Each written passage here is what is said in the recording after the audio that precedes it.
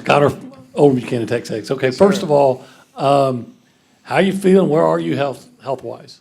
I'm feeling good. We're almost there. I mean, we're pushing hard every day to get it to where we need it to be in the training room, out on the field. I feel like if I'm not out in the field or in the meeting room, we're in the training room just pushing to get it better. I know it's only been a few practices and everything, but is there what you would call a significant difference in what you're being asked to do or the way the offense looks, from your point of view, under the new offense coordinator?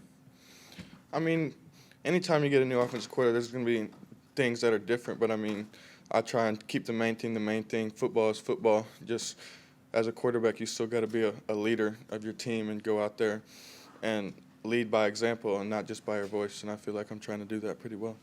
We'll go front row on the right side to Brent and then back behind the lines. What was the toughest part of the injury and dealing with it? And then what do you learn from it in that situation when you have to kind of teach yourself patience in that situation as well? Just being away from the game. I mean, I love the game of football, and having something that you love taken away from you, it's pretty tough mentally. And then just being able to go back out there in the spring and being on the field playing the game I love, I mean, it's truly a blessing. I mean, you don't realize how much you love something until it's taken away from you. And so I'm just excited to be back out there with my teammates and my coaches. When you were limping up that tunnel, did you realize the severity of it at that point, the injury, when you were headed up? No, I didn't. I really didn't. I just knew something happened. I didn't know exactly what, and I've never felt something like that before. And it scared me a little bit, but yeah, you can't expect anything like that. That was crazy. We'll go back behind the lights on the left side to Nicole and then Travis. Connor, with the coaching change, just what went into your decision to stay at Texas A&M? I mean, this is home for me. I mean, my family's an hour away. I mean, everything you need to be successful is right here at Texas A&M, and I felt like I wanted to be able to be here and play with the guys that I came in with that are still here, and to be able to do that next year, it's going to be a lot of fun. And looking at the offensive weapons with wide receiver, you lose Anais and other players to the portal, but what do you say about Moose and Noah and the guys who are still here?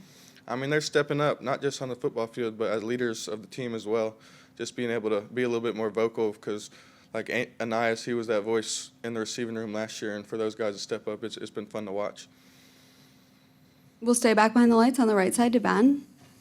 Hey, Connor, when you were, I guess, just physically getting back into shape and everything, what was it like kind of not only getting back up to speed and with the chemistry with those receivers coming back and then obviously the new guys coming in, just what was that whole thing like? I mean, maybe like they're a little faster than they were last time or whatever. No, exactly. I mean, just being away for 6 months, the game sped up the first couple of practices a little bit, but after that, like Coach Elko told me, it's just like riding a bike.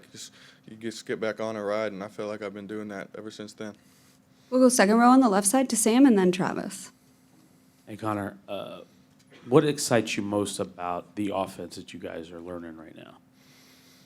Just the playmakers we got, just explosive plays after explosive plays in the backfield, our receiver, at tight end. I mean, I feel like we got it all, and I'm excited to play with them guys. Sitting and working with Coach Klein in the meeting room every day, what's he like, and what's that relationship been like with you and him?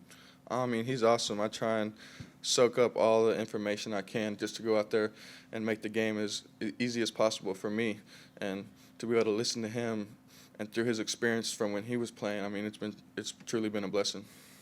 We'll go front row on the right side to Travis and then Brent.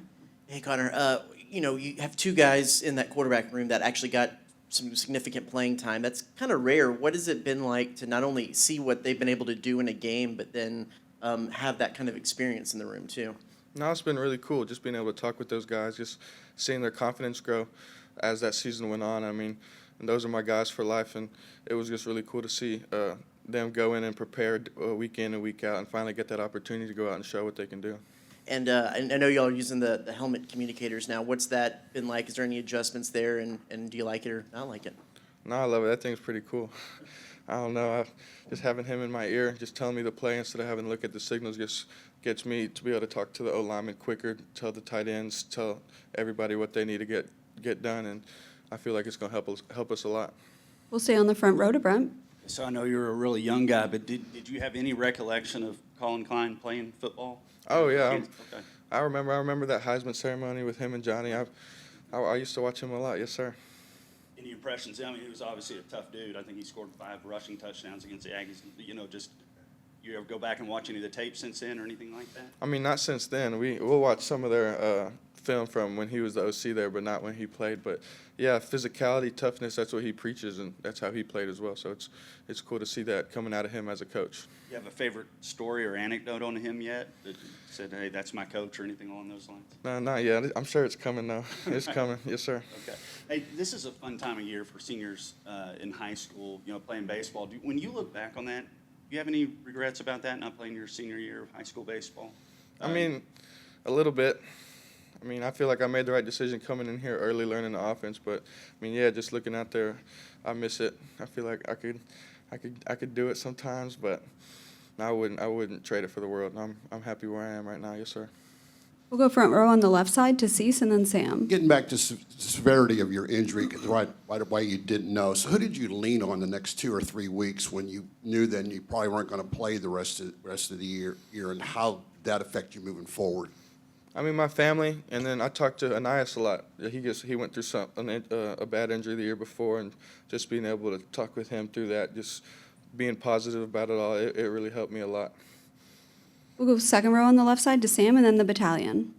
I know you just mentioned you guys watched some K-State tape, I guess, as you guys are learning this offense. What stands out to you most when you watch tape of what they did and how it could help you guys? I mean, receivers are always open.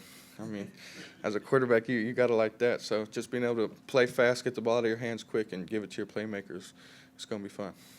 We'll go third row on the left side to the battalion. I don't know how much familiarity you had with Coach Elko coming in as a recruiter or anything, but can you just kind of talk about first impressions under him in this first week and a half of spring practice? Oh, yeah. I love Coach Elko. I mean, he was here.